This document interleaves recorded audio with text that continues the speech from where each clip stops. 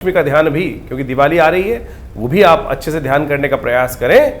ओम अक्षास्त्रग परशुंगदेशु गुलशम पद्मं धनुष्कुंडिकां दंडं शक्तिमशं च चर्म जलजं घंटां सुराभाजनं शूलं पाशसुदर्शने च ददति हस्तै प्रसन्नाननां सेवे सैरिव मर्दनीमिहि महां लक्ष्मीं सरोजस्थितां। नमस्कार, स्वागत है आपका आचार्य वाणी में। मैं आचार्य डॉक्टर विक्रमादित्य आपके साथ हूं और आज हम धनु राशि के संबंध में बात कर रहे हैं। धनु राशि वालों के लिए अक्टूबर का महीना जिस प्रकार का जा रहा है वो आपको सबको समझ में आ रहा है। कई ग्रहों का परिवर्तन, आपकी राशि के स्वामी बृहस्पति वक्री हो गए, शनि पहले से वक्री चल रहे थे और 15 नवंबर तक अभी वक्री ही चलना है उन्होंने। ये पुरुषार्थ में कई प्रकार की कमी उत्पन्न करने के योग बना ही रहे हैं, तो ऐसे में आपको अपने पुरुषार्थ को बढ़ाने का प्रयास करना है। और रही सही कसर मंगल ने पूरी कर दी कि मंगल भी विशेष तौर पर अपनी शीर्णस्थ राशि में प्रवेश कर गए, अष्टम भाव में आपकी राशि में चले गए हैं। और उसके साथ साथ सूर्य भी इन दिनों अपनी नीचस्थ राशि में चल रहे हैं, एकादश भाव में चल रहे हैं।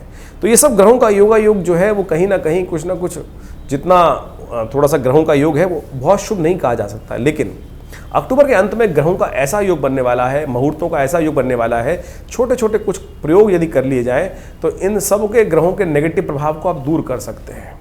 रेमेडियल एस्पेक्ट बड़ा ज़बरदस्त है अक्टूबर के अंत में ग्रहों के योग के अनुसार से। वो सारी बातें हम आपको समक्ष उपस्थित करने का प्रयास कर रहे हैं। आप सिलसिलेवार तरीके से रेमेडी, हम कोशिश ये करें, हम इधर उधर भागते रहते हैं, हज़ारों रुपए खर्च करने के चक्कर में रहते हैं। हम ज्योतिष के माध्यम से, पौराणिक ज्योतिष की कथाओं के माध्यम से, जो कथाएं वर्णित हैं शास्त्र में, उनके माध्यम से आपको बहुत सारे उपाय बताने का प्रयास करते हैं। और यही वैदिक ज्योतिष का बड़ा सुंदर सिद्धांत है, हिंग लगे ना फिटकरे रंग चोखा हो। ना तो आपको नग पहनने की ज़रूरत है, ना कुछ उल्टे सीधे खर्चे करने की ज़रूरत है। सीधे तौर पे छोटी छोटी कथाएं, बड़े रहस्य लिए हुए हैं, वो हम इस कार्यक्रम के माध्यम से शुगर कोटेड ढंग से आपके समक्ष उपस्थित कर रहे हैं। 21 तारीख की यदि हम बात करें तो धनु राशि वालों, उस दिन सोमवार का अवसर है, पंचमी तिथि विद्यमान है मिथुन राशि में, कार्तिक के महीने की कृष्ण पक्ष की पंचमी तिथि, और ग्रह नक्षत्र दिखा रहे हैं गज के स्त्री योग आपकी राशि के दृष्टिकोण, सर्वार्थ सिद्ध योग आपकी राशि के दृष्टिकोण से। और ये आपके लिए लाभ के रास्ते दिखा रहा है, लेकिन स्वास्थ्य का ध्यान रखने की ज़रूरत है। स्वास्थ्य थोड़ा धीरा चल सकता है, उसके बारे में ध्यान रखिएगा। उसके लिए थोड़ा हो सके तो भगवान शिव का महामृत्युंजय मंत्र जप करते हुए अभिषेक कर लें, दूध से अभिषेक करें। सोमवार का अवसर है, शुभ होगा आपके लिए।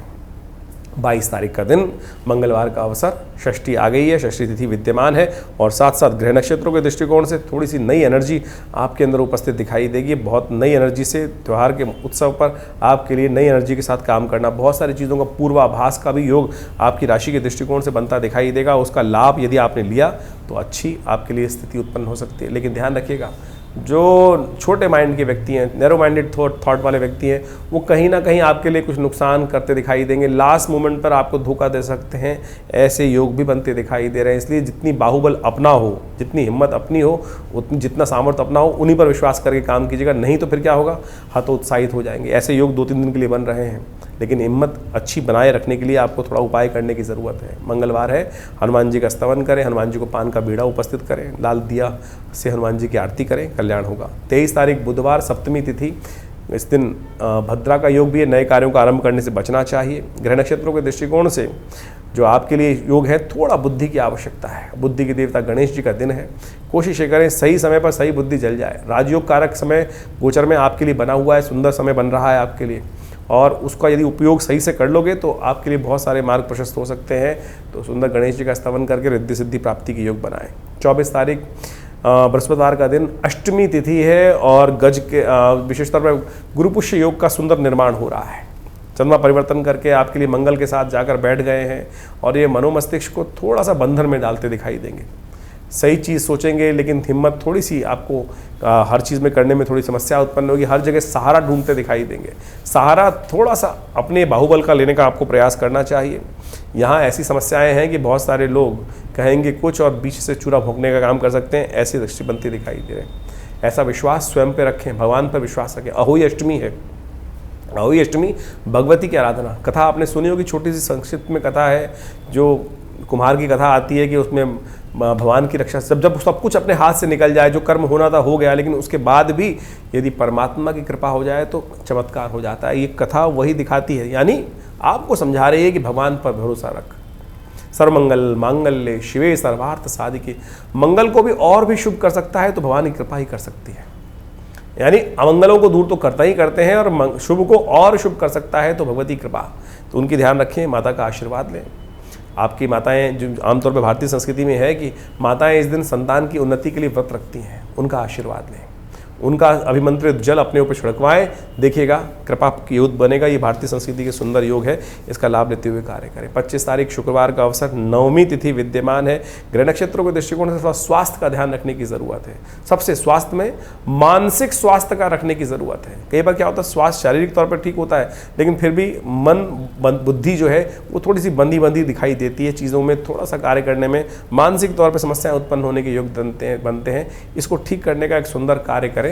शुक्रवार है, गौ पूजन करें, गाय को हरा चारा डालें, गाय के साथ थोड़ा सा समय निकालें, यदि हो सके तो अच्छा रहेगा, आपके लिए पॉजिटिव रिजल्ट लाने के योग बनेंगे। 26 तारीख शनिवार का अवसर है और इस दिन दशमी तिथि विद्यमान है। साथ साथ वक्री हो रहे हैं, वक्री स्थिति में चलते हुए बृहस्पति और ज्येष्ठा नक्षत्र में प्रवेश करेंगे और उसके साथ साथ सिंह राशि में चंद्रमा परिवर्तन करने का योग बनाएंगे। दोनों के दोनों योग आपके लिए शुभ बन रहे हैं, लाभ के योग बन रहे हैं। धर्म की इच्छा आपके मन में रहेगी, सज्जनता आपके अंदर उदय होने के योग बनेगी। तो अच्छे योग आपके लिए बनते दिखाई दे रहे हैं, इसका लाभ आपको मिल सकता है। शनि का उपाय करने का आपको प्रयास करना चाहिए। हो सके तो शनि स्तोत्र का पाठ करें, हनुमान चालीसा का पाठ करें, हनुमान जी को चोला चढ़ाएं। ये सब उपाय करेंगे तो आपकी राशि के दृष्टिकोण से परिवर्तन का योग बहुत सुंदर आपके लिए 2-3 दिन में बनता दिखाई देगा। 27 तारीख रविवार, एकादशी तिथि, रमा एकादशी का सुंदर योग बन रहा है। ध्यान रखिएगा, इस दिन अश्लेषा और मघा नक्षत्र विद्यमान रहेंगे। 26 को अश्लेषा, 27 को मघा नक्षत्र है। ये गंडमूल के अंतर्गत आते हैं। जो जातक ऐसे में जन्म लेते हैं उनकी मूल शांति उनके माता पिता परिवार को अवश्य करानी चाहिए। कई बार ये उपाय छूट जाता है और बच्चा और परिवार जीवन पर्यंत कष्ट में रहता है। वैसे तो बाद में हर महीने ये नक्षत्र अगर आपने नहीं कराई है तो हर महीने घूम के आते हैं नक्षत्र, अवश्य करा लेना चाहिए, इसमें कोई दोष नहीं है। बहुत सारे लोग आज भ्रांति के तौर पर ज्योतिष को देखते हैं और सही चीज़ समझने का आप चाहते ही नहीं हैं और फिर अननेसेसरी अपने भाग्य को कोसते रहते हैं, विज्ञान को कोसते रहते हैं कि इसकी वजह से ये हो गया। कुछ किसी की वजह से नहीं हो रहा, आपके कर्म के अनुसार से ही आपके जीवन में कष्ट आते हैं। ये बात आपको समझ लेनी चाहिए। आप गालियाँ किसी को भी देते रहें, क्योंकि गालियाँ देने में कोई टैक्स थोड़ी लगता है। तो आप इस बात का ध्यान रखें। नेगेटिव बात तो बोलने में कोई कष्ट थोड़ी और किसी को दिक्कत होती है, लेकिन कोशिश ये करें जो सिद्धांत किसी ने बनाए हैं और विचार करने के बाद ही बनाए होंगे, किसी को कष्ट देने के लिए नहीं बनाए हैं। ध्यान रखते हुए कार्य करेंगे तो अच्छा रहेगा। भगवान विष्णु की सुंदर उपासना करें। सूर्य इन दिनों नेगेटिव चल रहे हैं और इस एकादशी युक्त रविवार के दिन यदि आप श्रद्धा के साथ भगवान सूर्य की सुंदर उपासना करें, कार्तिक में स्नान का बहुत महत्व है और इसीलिए बनाया गया स्नान का महत्व कि आप कार्तिक में सूर्य नीच क्यों जाते हैं और ऋषियों ने इस बात को सूर्य की शक्ति को बढ़ाने के लिए सूर्य का दर्शन करके सुबह सुबह उनका तेज ग्रहण करके यदि कार्य कर लोगे ना तो सूर्य का नेगेटिव प्रभाव जो संसार में है वो आप पर बढ़ जाएगा, आपके लिए शुभ हो जाएगा। ये शास्त्र का नियम है, शुगर कोटेड है, लेकिन हमें समझ में नहीं आता और हम फिर फालतू बातें करते रहते हैं। इसलिए कोशिश ये करें सीधे तौर पर, और नग पहन लेंगे। कोई पंडित जी महाराज आपको 20,000 50,000 रुपये का रत्न पहना देगा और उससे क्या प्रभाव होगा। जो सूर्य को साक्षात ये शास्त्र में वर्णित उपाय हैं, ना हींग लगता, ना कुछ महंगा खर्चा होता और आपका घर में छोटा सा उपाय करके लाभ प्राप्त कर सकते हैं, वो करने का प्रयास कीजिए। हमने आपके समक्ष सत्य उपस्थित करने का प्रयास किया। 28 तारीख सोमवार का अवसर, एकादशी द्वादशी का योग बन रहा है। वैष्णवों के लिए सुंदर योग बना है, वैष्णव मत से रमा एकादशी का योग बन गया है। गज केसरी योग का भी निर्माण होगा इस दिन और ये आपके लिए कुछ अच्छे रिजल्ट्स लाने की योग बनाता दिखाई देगा। तो इसलिए इस स्थिति का लाभ लेने के लिए सुंदर रूप से कार्य करें, विश्वास रखते हुए कार्य करें, अच्छा रहेगा आपके लिए। ध्यान रखिएगा, दुर्जन जो है ना वो आपको हर जगह घात लगाए बैठे हैं और आपके आलस्य प्रवृत्ति के कारण से देखते देखते भी आपको नुकसान पहुंचा सकते हैं और आप उस पर कुछ बोल नहीं पाएंगे, अपनी सज्जनता से मुख भी नहीं खोल पाएंगे। तो ऐसे में सज्जनता के साथ साथ थोड़ा सा चातुर्य भी रखने की ज़रूरत है। इस बात का ध्यान रखें। हमने आपको अवगत कराया ग्रह नक्षत्रों के योग के बारे में। 29 तारीख मंगलवार, द्वादशी तिथि उदया तिथि है, त्रयोदशी उसके बाद आगमन हो जाएगा। बुध विशेष तौर पर भौम प्रदोष का योग बन रहा है। इस दिन ग्रह नक्षत्रों के दृष्टिकोण से, आपकी राशि के दृष्टिकोण से बड़ा सुंदर योग बन गया है। बृहस्पति की पूर्ण दृष्टि के साथ चंद्रमा पर पड़ने से सफलता के योग अच्छे आपके लिए। दिवाली से पहले दिवाली का सुंदर योग बनता दिखाई दे रहा है, तो इसका लाभ लीजिए पूरी तरह से। केवल मंगल को शक्ति प्रदान करें। मंगल को शक्ति देने के लिए भौम प्रदोष का योग जो है उस दिन हनुमान चालीसा का सुंदरकांड का पाठ करना सबसे अच्छा रहेगा। बृहस्पति भी पूरी तरह से आपके लिए कुछ ना कुछ पॉजिटिव बना रहे हैं। और देखिए शनि महाराज थोड़े कमज़ोर हैं, उसका ठीक करने का आपको रास्ता बनना चाहिए। इस दिन यमदीप दान किया जाता है। स्कंद पुराण में इसका बहुत महत्व कहा गया है। कहा जाता है कि 10 दिन धनतेरस के दिन त्रयोदशी जब शाम को पड़ रही हो तो प्रदोष के समय पड़ रही हो, तो ऐसे में यम के निमित्त एक दीपक जो जला देता है 1 वर्ष तक उसकी अपमृत्यु नहीं होती। स्कंद पुराण में इसका पूरा प्रोसेस वर्णित है। हम इस कार्यक्रम के अंत में पूरी तरह से आपको समझाएंगे उस चीज़ को, तो आप समझकर इस दिन ये ध्यान रखिएगा ज़रूर, शाम के समय एक चौमुहा दीपक अपने घर के दक्षिण भाग में अवश्य जलाना है। इसको ध्यान कर लेने से अन्न की का विषय थोड़ा दान भी करना चाहिए। तो इसमें बुध भी परिवर्तन करने का योग बना रहा है। बुध महाराज आपके 12वें भाव में प्रवेश कर रहे हैं। ये थोड़ा सा आपके लिए भारी योग बन सकता है, ध्यान रखने की ज़रूरत रहेगी विशेष तौर पर। 30 तारीख के दिन बात करें, बुधवार का अवसर, त्रयोदशी तिथि है, धनतेरस इस दिन सुंदर योग बना रही है। ग्रह नक्षत्रों के दृष्टिकोण से जो योग है आपके लिए भगवान धन्वंतरी की आराधना करने का है। देखिए शास्त्र कहता है प्रथम सुख निरोगी काया। धन्वंतरी जयंती जो होती है वो आयु के देवता, उनकी रक्षा करने के योग बनाए, हमारी कृपा करने के अक्षोग बनाए। इसलिए भगवान विष्णु स्वरूप शालिग्राम जी का पूजन करके उनका चरणामृत इस दिन ग्रहण कर लेने से कहा जाता है समस्त कष्टों का निवारण हो जाता है। 31 तारीख वीरवार और उस दिन छोटी दिवाली है, हनुमान जयंती है। हनुमान जयंती के लिए संबंध में थोड़ी सी भ्रांति है लोगों के लिए कि 30 को मनाएं या 31 को मनाएं। ग्रह नक्षत्र दृष्टिकोण से दोनों दिन बन सकती है, कोई दिक्कत नहीं है। श्रेष्ठ ये रहेगा कि 31 तारीख को मनाई जाए हमारे दृष्टिकोण से, क्योंकि मध्याह्न काल में उस दिन भी सुंदर रूप से चतुर्दशी विद्यमान रहेगी, तो आपके लिए सुंदर योग बनेगा। नरक चतुर्दशी का भी योग है इस दिन। कहा जाता है कि भगवान विष्णु की शाम के समय भगवान कृष्ण की पूजन कर लेने से नरक के दर्शन नहीं होते। रूप 14 भी है। ये सारा वर्णन हम लास्ट में बताने वाले हैं आपको। ये खास उपाय हैं जो विशेष तौर पर स्कंद पुराण में वर्णित है। जो जातक कर लेते हैं उनके लिए समस्त प्रकार के कष्ट को हरण करने का योग बन जाता है। इस दिन चंद्रमा परिवर्तन करके योग बना रहे हैं, ये आपके लिए लाभ की स्थिति रहेगी। लेकिन ध्यान रखें, थोड़ा बच्चों का, संतान का ध्यान रखने की ज़रूरत है। ये समय आपके लिए थोड़ा संतान के लिए भारी दिखाई देता है, तो हर क्रियाकलाप पे संतान का विशेष तौर पर धनु राशि वालों को ध्यान रखना चाहिए, उनके निमित्त उपाय करना चाहिए। दिवाली के संबंध में जो भ्रांति है उसके लिए भी हम इस कार्यक्रम में आपके समक्ष अब बताने जा रहे हैं कि दिवाली के जो सूत्र समझ लीजिए, कोई कष्ट का योग नहीं है। दिवाली कब मनानी चाहिए? नक्षत्रों के दृष्टिकोण से चतुर्दशी तिथि उदय तिथि के रूप में विद्यमान है और ग्रह नक्षत्रों का परिवर्तन होकर आपके लिए धर्म भाव का उदय होने का योग बनेगा। चंद्रमा परिवर्तन करके करीब 11:15 बजे के आसपास तुला राशि में प्रवेश करेंगे और ये आपके लिए सुंदर रहेगा। धर्म का उदय करने का योग बनेगा, धर्म में आस्था जाएगी। हनुमान जयंती भी है इस दिन और बृहस्पति वीरवार के दिन हनुमान जयंती का सुंदर योग बन रहा है। साथ साथ नरका चतुर्दशी का भी सुंदर योग बन रहा है। और इस दिन विशेष तौर पर एक प्रयोग अवश्य करना चाहिए। इस दिन सुबह सूर्योदय से पहले स्नान करना चाहिए और एक आपामार्ग का पेड़ का पत्ता, छोटी सी बूटी होती है जिसको चिड़चिटा बोला जाता है, उसको रात को ही उखाड़ के रख लेना चाहिए और अपने सिर से वार कर स्नान इत्यादि करने के उपरांत उपटन लगाकर तिल का तेल से स्नान करना चाहिए। यम के निमित्त जो विशेष तौर पर 14 मंत्रों के द्वारा तर्पण करने का विधि है वो अवश्य करना चाहिए स्नान के उपरांत। और उसके बाद यम के पुत्रों के निमित्त 2 दीपक घर के बाहर जलाने चाहिए और उसके बाद यम का पूजन करने के बाद फिर भगवान हनुमान जी की उपासना करनी चाहिए और साथ साथ भगवान विष्णु की उपासना करनी चाहिए। ये सब शास्त्र में वर्णित उपाय है। और दीपावली के संबंध में भी बता देते हैं। वैसे तो हम दीपावली के संबंध में बहुत सारी भ्रांति इस समय में उत्पन्न हो रही है कि दिवाली कब मनाई जाए। दीपावली का सुंदर पर्व 1 तारीख का रहेगा। दीपावली का सुंदर पर्व 1 तारीख का शास्त्र के दृष्टिकोण से रहना चाहिए। दीपावली के संबंध में आजकल बहुत सारे वीडियोस में लोगों ने कुछ भ्रांति उत्पन्न करने का प्रयास किया है। कहा गया है कि दीपावली जो है वो रात्रि में अमावस्या होनी चाहिए तब दीपावली मनाई जाती है। और इस बार हो क्या रहा है, ग्रह नक्षत्रों के दृष्टिकोण से हमें समझना चाहिए कि जो ग्रह नक्षत्रों का योग जो है, अमावस्या जो है वो विशेष तौर पर 1 तारीख की हम गणना करें तो शाम को करीब 6:15 बजे के आसपास तक है। और दिल्ली में हम सूर्यास्त की बात कर रहे हैं तो करीब सूर्यास्त जो हो रहे हैं 5:30 बजे के आसपास हो रहे हैं। तो ऐसे में प्रदोष काल में सुंदर, शास्त्र कहता है कि प्रदोष काल में यदि अमावस्या मिल जाए तो वही श्रेष्ठ काल है भगवती महालक्ष्मी का पूजन करने के लिए।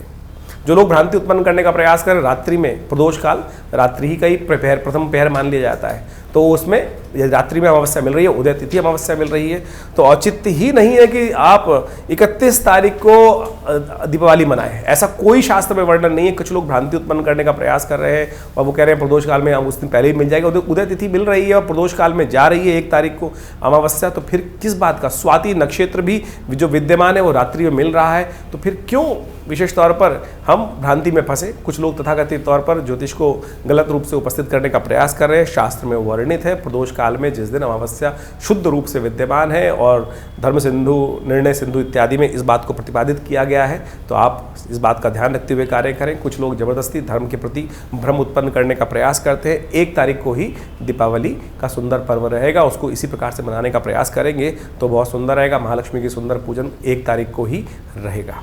तो अभी आपने दिन पर दिन किस प्रकार के ग्रह योग बनेंगे उसको समझा। अब ये समझ लीजिए कार्तिक का महीना यह बड़ा अद्भुत महीना है।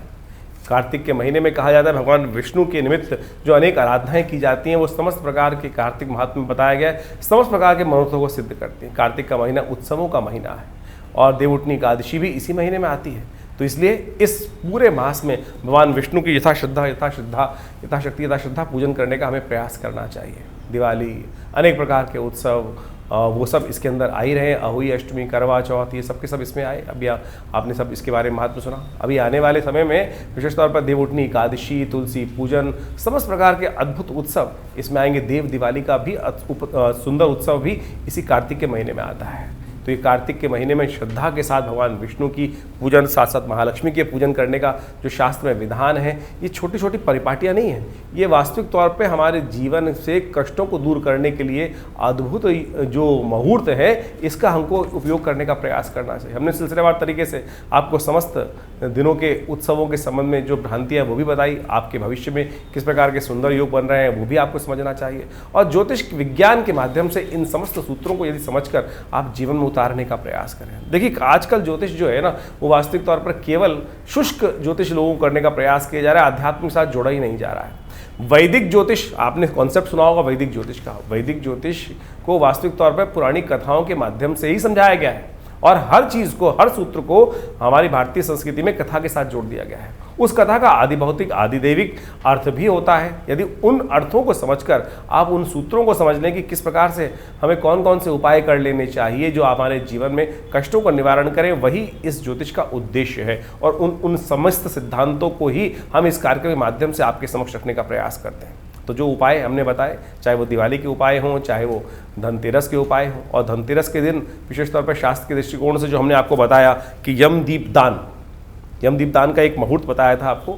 दिवाली का ही मेन उत्सव है, उसको अच्छे समझ लें कि किस प्रकार की हमारे यहाँ दिवाली 1 दिन की या 2 दिन की दिवाली नहीं होती। आमतौर पे क्या होता है, छोटी दिवाली, बड़ी दिवाली एक भ्रांति के रूप में लोगों के मनोमस्तिष्क में आ जाती है। लेकिन दिवाली भारतीय संस्कृति में 5 दिन की मनाई जाती है, जो धनतेरस से आरंभ होती है और विशेष तौर पर जाती है भैया दूज तक। ये दिवाली का महापर्व है और दिवाली का महापर्व जो है मृत्यु के देवता से आरंभ होकर मृत्यु के देवता पे ही समाप्त होता है। धनतेरस के दिन यमदीप दान, यम पूजन करने का नियम बताया जाता है और अंतिम में यम द्वितीया के साथ ये मुहूर्त आरंभ होता है। यानी भारतीय संस्कृति में इस बात को समझें कि किसी भी चीज का भय नहीं है। यानी यम का मतलब मृत्यु के देवता, उनके भी पूजन करने का शास्त्र में नियम बताया गया है। और यदि आप यमदीप दान कर लें, कहा जाता है कि 1 वर्ष तक, यानी इस यमदीप दान से अगले यमदीप दान तक, यानी कार्तिक मास के जो कृष्ण पक्ष की त्रयोदशी से लेकर अगले वर्ष की त्रयोदशी, कृष्ण पक्ष की जो कार्तिक की त्रयोदशी तक अपमृत्यु होने के योग नहीं बनेंगे। केवल 1 दीपदान यदि कर लिया जाए, सूत्र भी समझ लीजिए किस प्रकार से शास्त्र के अनुसार से उसको बताया गया है। शास्त्र के 29 तारीख को ये योग हमने जो बताया आपको, उस दिन यम दीपदान का सुंदर मुहूर्त बन रहा है और विशेष तौर पर 29 तारीख से ये आरंभ हो जाएगा, क्योंकि शाम के समय प्रदोष काल में उस दिन त्रयोदशी आ जाएगी, तो उस दिन से ये योग बन के आरंभ हो जाएगा। उस दिन से यदि आप इन उपायों को कर लें तो शास्त्र के दृष्टिकोण समझिएगा अद्भुत रूप से योग बन जाएगा। इस बार दीपावली का जो उत्सव है 29 तारीख से आरंभ हो रहा है। यम दीप दान से उसको करने का प्रयास करना चाहिए। उस दिन 29 तारीख की शाम के समय एक सूत्र समझ लें, एक अद्भुत रूप से क्या शास्त्र बताया गया है कि उस दिन एक दीपक,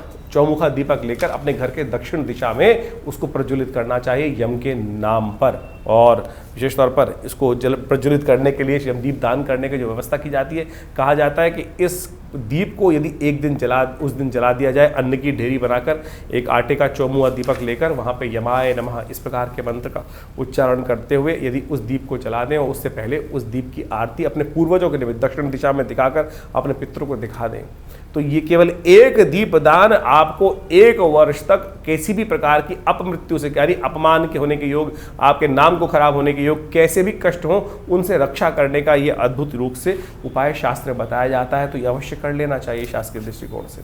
और इसके बाद अगले दिन धन्वंतरी भगवान का सुंदर पूजन रहेगा, जो 30 तारीख को रहेगा बुधवार के दिन। जिस प्रकार से हमने आपको बताया भगवान धन्वंतरी कौन? आमतौर पे लोग इस उत्सव को कटोरी लाने का या बर्तन लाने का उत्सव मना लिया है। यमदीप धन्वंतरी वास्तविक तौर पे अमृत कलश लेकर जो उपस्थित हुए उस सागर मंथन से, वो देवता माने जाते हैं। धन्वंतरी आयुर के देवता है, आयुर अमृत को प्राप्त कराने वाले देवता है, उनका पूजन करने का शास्त्र में विधान है। और वास्तविक तौर पर यदि उनका पूजन रूप से किया जाता है, नहीं तो आज की तारीख में, पुराने ज़माने में धन का जो वास होता था वो बर्तनों में होता था, क्योंकि वो वास जो बर्तनों में होता है वो विशेष तौर पर या तो हमारे चांदी के बर्तन होते थे या विभिन्न समृद्धि के बर्तन होते थे। आज की तारीख में तो लोहे के बर्तन हैं। यदि उनको घर ला रहे हैं तो शनि को घर लाने का प्रयास कर रहे हैं। तो इसलिए इसको बर्तनों का उत्सव ना बनाएं, सुंदर रूप से शास्त्र के विधान के अनुसार से सुंदर उनका पूजन करके आरंभ करने का प्रयास करें तो बड़ा सुंदर रहेगा। उस दिन जो 30 तारीख को योग बन रहे हैं, त्रयोदशी उदया तिथि के रूप में विद्यमान रहेगी, सुंदर पूजन उनका करने का प्रयास करें तो अद्भुत रूप से आपके कल्याण के योग बनेंगे। भगवान धन्वंतरी का सुंदर पूजन करें। भगवान विष्णु के स्वरूप में उनका पूजन किया जाता है शास्त्र के दृष्टिकोण से, और वो आयुष को प्रदान करने वाला माना जाता है। 31 तारीख को छोटी दिवाली का भी पर्व है, जिसको कहा जाता है हनुमान जयंती। नरक चतुर्दशी का सुंदर योग पड़ रहा है। कहा जाता है इस दिन सुबह सुबह जब सूर्य उदय से पहले स्नान कर लेना चाहिए और अपने पूरे शरीर पर तेल का मर्दन करना चाहिए। तिल के तेल का मर्दन करना शास्त्र में बताया गया है। और एक अपामार्ग का पेड़ होता है, कहा जाता है कि इस अपामार्ग के पेड़ को अपने सिर पे से वार कर रख देना चाहिए एक तरफ, जिससे नज़र बजर अलाय वलाय सब निकल जाएं। और सूर्य उदय से पहले इस प्रोसेस को करने का नियम शास्त्र में बताया गया है। और उसके साथ साथ जैसे ही सूर्य उदय से पहले स्नान करने के उपरांत अपने घर के बाहर मुख्य दरवाजे पर 2 दीपक, जिनको यमराज के रूप में ही उपस्थित किया जाता है, 2 श्वानों के रूप में उनको 2 दीपक वहाँ जला दी जाते हैं और उनको जला के रख देना चाहिए। और उनका पूजन, ये पूरा यमदीप दान होगा इस बार, क्योंकि यमदीप दान एक दिन पहले पड़ रहा है। लेकिन आमतौर पर यदि त्रयोदशी पूरी रात प्रदोष काल तक विद्यमान होती है तो शाम को यमदीप दान किया जाता है। लेकिन ये यमदीप दान जो है वो एक दिन पहले इस बार हो गया है। तो इसका जो 31 तारीख को सुबह सूर्योदय से पहले इस प्रोसेस को पूरा किया जाएगा। और कहा जाता है इस प्रोसेस को यदि पूरा कर लिया जाए तो समस्त प्रकार के कष्टों का निवारण करने का योग बनता है। इसके साथ साथ हनुमान जयंती मध्य पर्व में आएगी। दोपहर के समय सुंदर रूप से हनुमान जी का सुंदर चूरमा बनाकर घर में भोग लगाएं उसके बाद, और उनका पूजन करें बड़े आनंद के साथ। और साथ साथ नरक का भी संहार भगवान कृष्ण ने इसी दिन किया था। तो उनके निमित्त विशेष तौर पर सुंदर पूजन करने का, शाम को शालिग्राम भगवान का पूजन करते हुए कार्य किया जाना चाहिए। और इस दिन अभ्यंगम का भी शास्त्र रूप 14 भी कहा जाता है। तो उपटन लगाकर, जो सुबह सुबह का प्रोसेस है कि जो तिल के तेल में उपटन लगाकर अपने पूरे शरीर पर मर्दन करना, उसके बाद यम के निमित्त तर्पण किया जाता है 14 मंत्रों से, जो दक्षिण की दिशा में बैठकर 14 मंत्रों के द्वारा तर्पण करने की शास्त्र में विधि बताई गई है। यम के समस्त 14 मंत्रों का उच्चारण करते हुए वो तर्पण अवश्य करना चाहिए। ये अभ्यंग जो विशेष तौर पर जो रूप 14 का पूर्ण विधि बताया गया, उसके बाद 2 दीप जलाए जाते हैं घर के बाहर सूर्योदय से पहले मुख्य दरवाजे के दोनों भागों पर। तो अवश्य इसका पूर्ण नियम करना चाहिए। और 1 तारीख को दिवाली का सुंदर पर्व रहेगा। ये दिवाली का पर्व बड़ा आनंददायक पर्व है, लेकिन कुछ लोगों ने भ्रांति उत्पन्न करने का प्रयास कर दिया है कि दिवाली कब मने, 31 तारीख को। क्या कारण क्या है कि लोगों को अज्ञान तो है नहीं। अब जो रात्रि के समय अमावस्या का प्रयोग करते हुए लोगों ने बहुत सारी भ्रांति उत्पन्न करने का प्रयास किया है। देखिए 1 तारीख को सूर्योदय के साथ साथ प्रदोष तक, यानी करीब करीब शाम को 6:15 बजे तक आपको अमावस्या मिल रही है। और प्रदोष काल प्रशस्त है। यदि प्रदोष काल के अंदर सुंदर योग बने तो उस दिन कोई दिक्कत नहीं है, उसका पूजन कर लेना चाहिए। तो शाम के समय यदि प्रदोष काल में जो अमावस्या आपको मिल रही है तो उसमें उसका पूजन किया जाए। 31 तारीख का दिवाली का कोई औचित्य बनता ही नहीं है, क्योंकि उस दिन दोपहर के बाद करीब 3 बजे के आसपास अमावस्या आई और लोगों ने कई भ्रांति उत्पन्न करने का प्रयास कर दिया। स्वाति नक्षत्र भी आपको 1 तारीख को ही मिल रहा है और साथ साथ शाम के प्रदोष काल तक।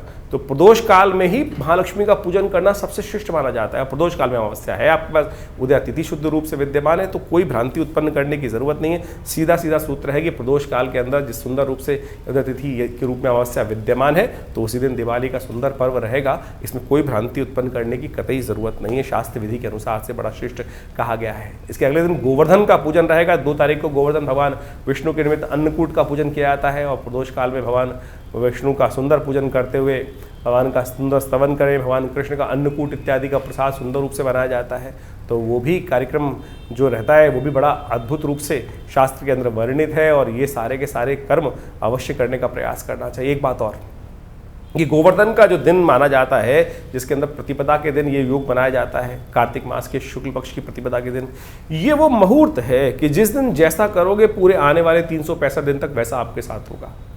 और आप समझें कि आमतौर पे क्या होता है, लोग देर तक जागरण करते हैं, उसके बाद सुबह देर में उठते हैं तो पूरा साल ही आलस्य में रहता है। तो इस दिन कम से कम सुबह जल्दी उठकर भगवान का सुंदर स्तवन करें, भगवान कृष्ण का स्मरण करें, समस्त प्रकार से कष्टों को दूर करने के लिए अन्नकूट इत्यादि का पूजन करें, भगवान पर विश्वास रखते हुए कार्य करें, और गोवत्स गाय का पूजन करें। गो क्रीड़ा का भी शास्त्र में विधान बताया जाता है, भगवती का पूजन करने का शास्त्र में विधान बनाया जाता है। तो इन सब चीज़ों को करके सुंदर रूप से समय निकालने का प्रयास करेंगे तो बड़ा अच्छा रहेगा। आनंद भाव से रहें, गुस्से में ना रहें, आलस में ना रहें, क्योंकि ये जैसा हमने कहा 365 दिन तक वैसा ही होने के आपके साथ योग बनेंगे। आमतौर पे नए साल के दिन लोगों ने कह देते हैं रेजोल्यूशन पास कर लो, आज जो करोगे वैसा पूरे साल बनेगा। वो 1 जनवरी का नहीं है भाई। मुहूर्त तो वो विशेष तौर पर कार्तिक के शुक्ल पक्ष की प्रतिपदा के दिन का मुहूर्त है। तो इस दिन यानी गोवर्धन वाले दिन इस बार 2 नवंबर को योग पड़ रहा है। तो आनंद के साथ उस पर्व को मनाने का प्रयास करें। और साथ साथ इसके बाद दीपावली का अंतिम पर्व जो होता है वो होता है यम द्वितीया, भाई दूज का पर्व। कहा जाता है कि यमुना जी भगवती जो यमराज जी की बहन है, और इस दिन यमुना जी ने बड़े सत्कार के साथ यमराज जी को बुलाया था और कहा था कि कभी आप हमारे घर नहीं आते हैं। तो उस दिन यमराज जी ने कहा कि मैं अवश्य आऊँगा। और कहा जाता है शास्त्र के दृष्टिकोण से उस दिन अपने घर में भोजन नहीं करना चाहिए, बहन के घर जाकर ही भोजन करने का नियम है। और बहन भाई की दीर्घायु के लिए उसको तिलक करती हैं। तो ये अवश्य नियम पालन करने का प्रयास करना चाहिए। भारतीय संस्कृति के अद्भुत पर्व हैं, और इन सब मुहूर्तों के अंदर आपको कोशिश ये करनी चाहिए दीपावली पर्व के अंदर अपने घर में सिद्ध महालक्ष्मी का यंत्र स्थापित करें, साथ साथ दक्षिणावर्ती शंख स्थापित करने का प्रयास करें। ये महालक्ष्मी का साक्षात प्रतीक माना जाता है, और महालक्ष्मी का साक्षात प्रतीक माना जाता है समस्त कष्टों को निवारण किया जाता है। जब दिवाली का पूजन करें आप, दिवाली के दिन यानी जो इस बार दीपावली का जो 1 नवंबर को सुंदर पर्व पड़ रहा है, उस दिन पूजन के अंत में भगवती को कमल के पुष्पों की एक विशेष तौर पर शैया प्रदान की जाती है। और पूजन के अंत में यदि कमल के पुष्प नहीं मिल रहे हैं तो मखानों को ले सकते हैं आप, और मखानों को लेकर सुंदर तो एक प्लेट में रखकर उनके समक्ष उपस्थित करने का प्रयास करें। और महालक्ष्मी का पूजन विशेष तौर पर श्री सूक्त के मंत्रों से करेंगे तो बहुत श्रेष्ठ रहेगा। उस दिन यज्ञ इत्यादि करें, आनंद भाव से कार्य करने का प्रयास करें। ये एक सिद्ध मुहूर्त हैं ये सब के सब। तो अवश्य इन सब मुहूर्तों में सुंदर रूप से पूजन करते हुए कार्य करने का प्रयास करेंगे तो अद्भुत रूप से आपके जीवन में समस्त कष्टों का निवारण करने का योग बनेगा। सिद्ध महायंत्र, विशेष तौर पर महालक्ष्मी का सिद्ध यंत्र अवश्य स्थापित करना चाहिए महालक्ष्मी, और पूरे वर्ष उनकी पूजन करने की सुंदर व्यवस्था बनाने का प्रयास करना चाहिए। और ये समस्त प्रकार के आपके अनिष्टों को दूर करने का योग बनाती हैं ये सारी चीज़ें। और शंख, दक्षिणावर्ती शंख इस दिन यदि घर में स्थापित करें तो कहा जाता है साक्षात महालक्ष्मी का प्रतीक माना जाते हैं ये सब निधियाँ। तो अवश्य शास्त्र के दृष्टिकोण से इन सुंदर मुहूर्तों का लाभ लेते हुए कार्य करने का प्रयास करें, बहुत आनंद रहेगा।